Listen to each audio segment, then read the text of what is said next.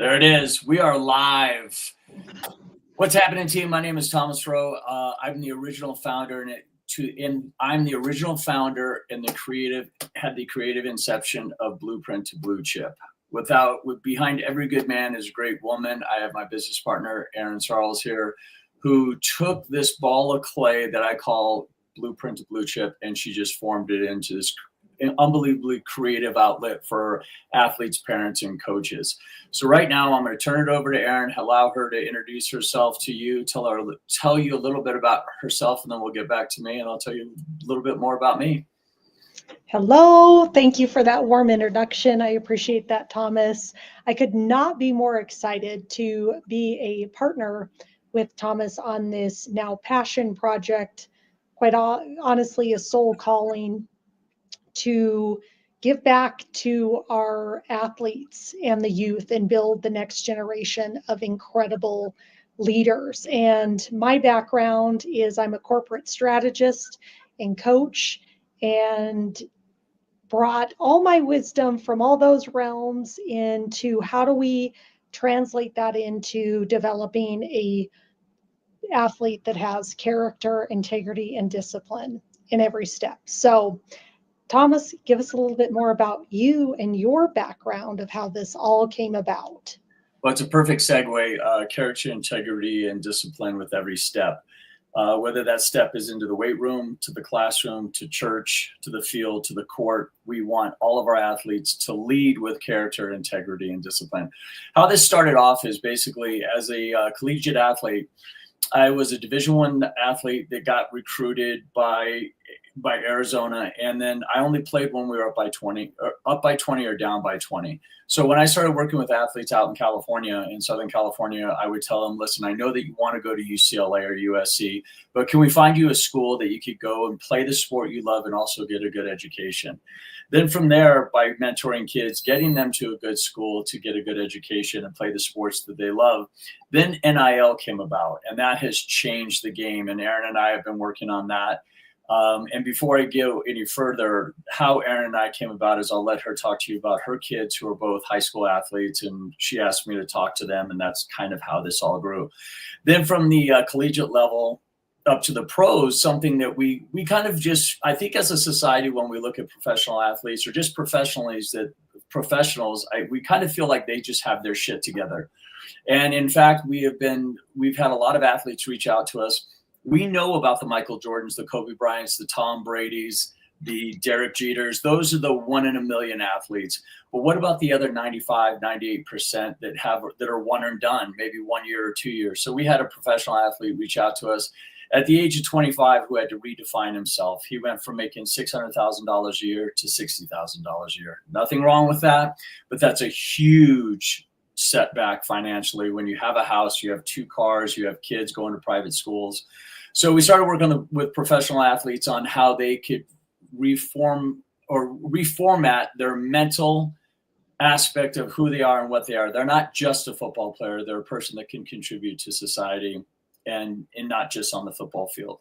So I'm going to turn it back over to Erin so she could talk to you a little bit about her kids and how this kind of all came together, the two of us.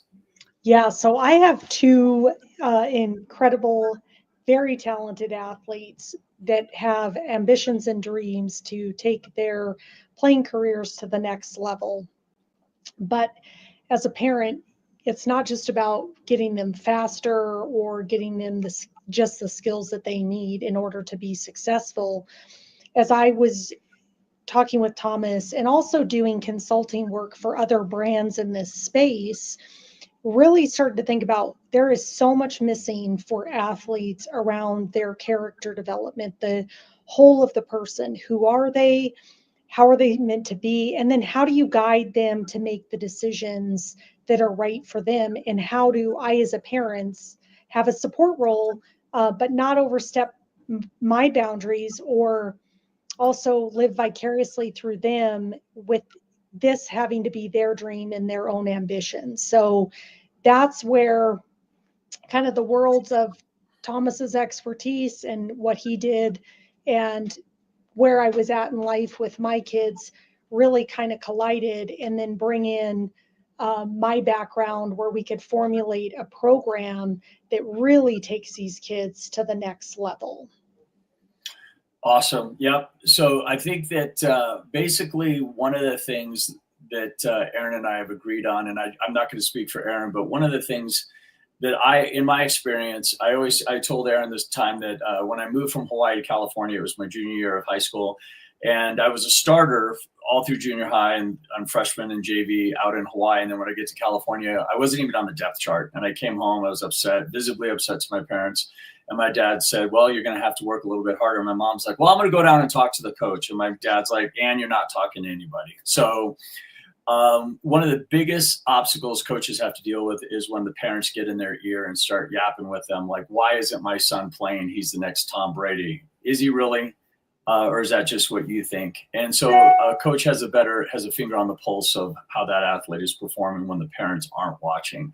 And then for the parents, Erin touched on it, is the student athlete, do they want this? Do they want to play this sport? Or are the parents living vicariously through their son or daughter's sports venture? So, and then lastly, it comes down to the student athlete. How bad do they want it? And do they understand that they're going to have to put in the work? And when they're done putting in the work, they're going to have to put in the work. And when they're done with that work, you're going to have to put in more work, because there are no shortcuts. There are no quick fixes, and there is no easy street on becoming the best at your craft, whether it's on or off the field. So I think we've taken enough of their time, and I'm going to let Erin close out the session because I started it. But in short, we have a fantastic live presentation on noon Mountain Time this Wednesday. What is that? The 29th, the 30th, where we can get in more in depth in what we're talking about here. We're just scratching the surface. And something we try to stress is we only want 15, 20 minutes of your time. Then we're going to have about a 5-minute Q&A, and at tops, we'll let it go 10 minutes, and then we'll have a replay. So if you ever have any questions, you could drop a question into the comments. So I'm going to turn it over to you, Erin. Thanks so much, you guys. Looking forward to seeing you Wednesday. Yeah, we are super excited for Wednesday. It's called Built Different. It's really about addressing the problem that underlies where our athletes are at, which is character.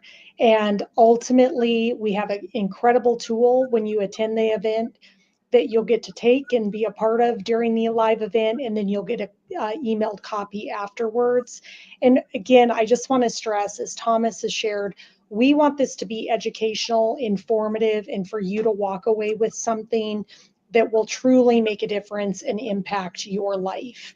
And so please join us on July 30th at 12 p.m. Mountain Standard Time. The link will be in the description box, and we will make it impactful, to the point. And just so you know, we start on time. Awesome. Thanks much.